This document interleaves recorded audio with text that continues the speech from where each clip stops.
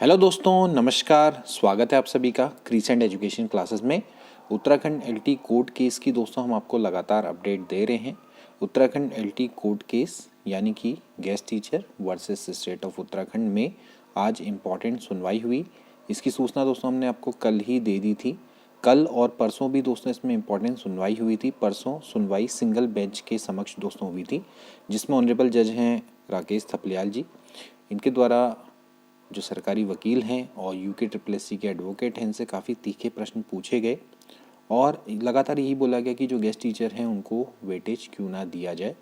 इसके बाद फिर अगली आस दोस्तों ये कल की सुनवाई पर टिक गई थी, जो कि डबल बेंच की सुनवाई थी, जिसमें यूके ट्रिपल एस सी खुद जो स्टे वेकेंट एप्लीकेशन है उसको लेकर गए हैं। एक स्पेशल अपील दोस्तों उन्होंने दायर की है कि जो स्टे है उसको हटाया जाए एलटी रिज़ल्ट से और रिज़ल्ट को पब्लिश करने दिया जाए।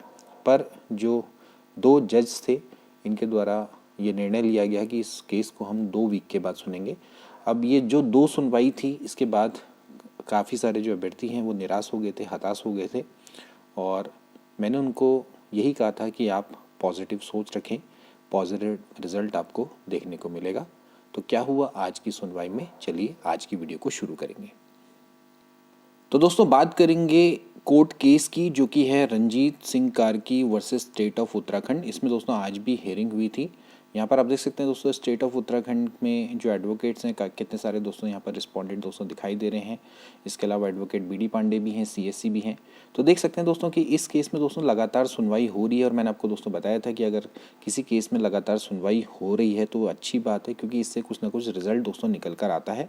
तो आज दोस्तों कुछ चीज़ें क्लियर हुई कोर्ट में दोस्तों। सबसे पहले तो जैसे कि राकेश थपलियाल जी थे, इन्होंने बोला था कि जो वकील हैं उनको ये बोला था कि आप कुछ इंपॉर्टेंट डॉक्यूमेंट्स लेके आएँ, खासकर दोस्तों की जैसे गेस्ट टीचर हैं वो किस तरह से अलग हैं, जो दैनिक वेतन भोगी कर्मचारी या फिर संविदा कर्मचारी, इनमें क्या क्या डिफरेंसेस हैं।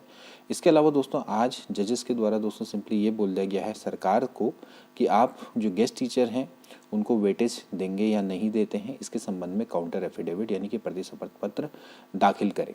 इसकी दोस्तों यहाँ पर बात अभी फ़िलहाल उठी है और अब सरकार को यहाँ पर काउंटर एफिडेविट दाखिल करना है और उसके बाद फिर जो यूके ट्रिपल एस सी है उसको जो अपना आगे की प्रोसीडिंग है उसको करने की आज़ादी मिल जाएगी, यानी कि रिज़ल्ट पब्लिश करने की आज़ादी यहाँ पर दी जाएगी। तो यहाँ पर दोस्तों काफ़ी सकारात्मक खबर दोस्तों निकल कर आई है। अभी दोस्तों इसका जो ऑर्डर है वो अभी अपडेट नहीं हुआ है, तो ये अभी एग्जैक्ट मैं आपको नहीं बता सकता हूँ कि एग्जैक्ट वहाँ पर क्या हुआ है।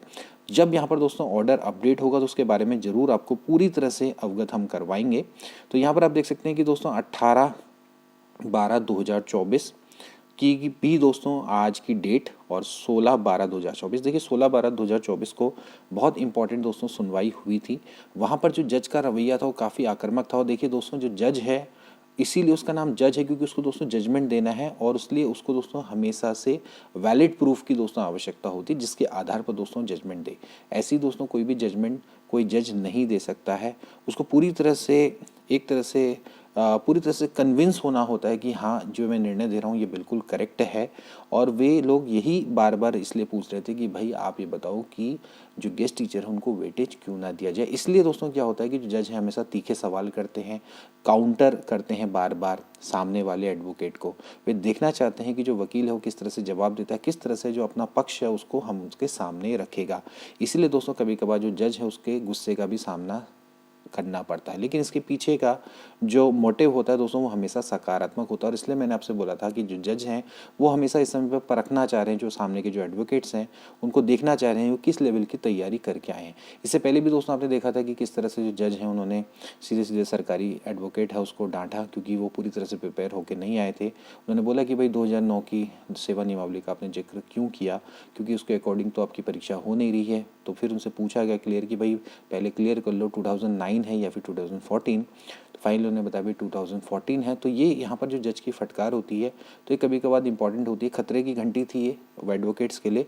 तो अच्छी तरह से प्रिपेयर होके गए होंगे तो फिर यहाँ पर आप आज सुनवाई में थोड़ा सकारात्मक दोस्तों यहाँ पर चीज़ें देखने को मिली है। इसीलिए मैं दोस्तों आपसे बोल रहा था कि कभी कभार कोई जो चीज़ें सामने से होती हैं तो उसमें एकदम से रिएक्ट करने की आवश्यकता नहीं होती है, धैर्यपूर्वक उसको देखने और समझने की आवश्यकता होती है। इसीलिए मैंने लिखा है पॉजिटिव सोच, तो आपको पॉजिटिव रिजल्ट भी देखने को मिलेगा।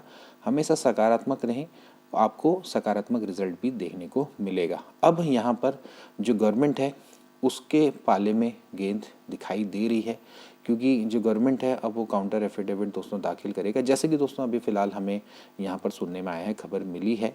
अब जो एग्जैक्ट दोस्तों जो ऑर्डर होगा, फिर मैं जब आपको ऑर्डर पढ़ के सुनाऊंगा, अब मेरे हिसाब से वो कल या परसों तक दोस्तों साइट में बिल्कुल अपडेट हो जाएगा, क्योंकि काफ़ी इंपॉर्टेंट वो ऑर्डर होने वाला है। तो उस ऑर्डर से दोस्तों फिर इस केस का पूरा निर्णय दोस्तों यहाँ पर समझ में आ जाएगा, किस ओर को दोस्तों फिलहाल केस चल रहा है। मैंने आपको कल भी बताया था कि जो केस है फिलहाल एलटी अभ्यर्थियों के ही पक्ष में है।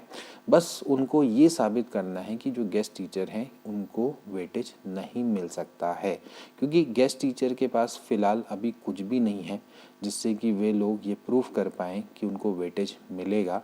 और उनका तो बस यहाँ पर फिलहाल या उनके जाने कौन एडवोकेट हैं, तो उनको लगता है कि भैया किसी भी तरीके से बस वो डिले कर सकते हैं, लेकिन इसमें जीतना तो दोस्तों बहुत मुश्किल उनके चांसेस लगते हैं। लेकिन फिर भी काफ़ी सारे जो हमारे छात्र हैं वे लोग फिर भी चिंतित रहते हैं, बहुत ज़्यादा हताश हो जाते हैं, बहुत जल्दी से निराश हो जाते हैं। नेगेटिव बहुत ज़्यादा मैं देखता हूँ कि कमेंट यहाँ पर मुझे दिखाई देते हैं, तो उनको पॉजिटिव होने की आवश्यकता है। जो भी होगा अच्छा ही होगा। इसी सोच के संग आप आगे बढ़ें, आगे अपनी तैयारी करें। और आज जो भी आज दोस्तों सुनवाई हुई है, इसका दोस्तों जो भी ऑर्डर आएगा उसको मैं जल्दी आपके सामने अपडेट करूंगा। तो फिलहाल दोस्तों आज के लिए इतना ही रहेगा, मिलेंगे नेक्स्ट वीडियो में, तब तक के लिए take care and goodbye. और इसके अलावा दोस्तों एक और इम्पॉर्टेंट जो अपडेट है दोस्तों मैं देना भूल गया आपको, यहाँ पर दोस्तों जो नेक्स्ट हियरिंग की जो डेट है दोस्तों वो दे दी गई है 30 दिसंबर 2024, यानी कि 30 दिसंबर 2024 को आपकी नेक्स्ट हियरिंग होगी। डबल बेंच का तो जनवरी में चला गया दोस्तों, तो लेकिन अभी फ़िलहाल 30 दिसंबर 2024 को आपकी नेक्स्ट हियरिंग डेट दोस्तों यहाँ पर रखी गई है। हो सकता है कि तब तक जो सरकार है वो जो भी आपकी अपनी तरफ से जो इंपॉर्टेंट डॉक्यूमेंट्स है या काउंटर एफिडेविट जिसकी जो दोस्तों बात चल रही है वो अगर दाखिल कर देती है तो जल्दी ही दोस्तों जो रिज़ल्ट है उसको निकालना पॉसिबल हो पाएगा। UKSSC अपनी आगे की प्रोसीडिंग को दोस्तों कर पाएगा। तो मिलेंगे दोस्तों नेक्स्ट वीडियो में, तब तक के लिए take care and good bye.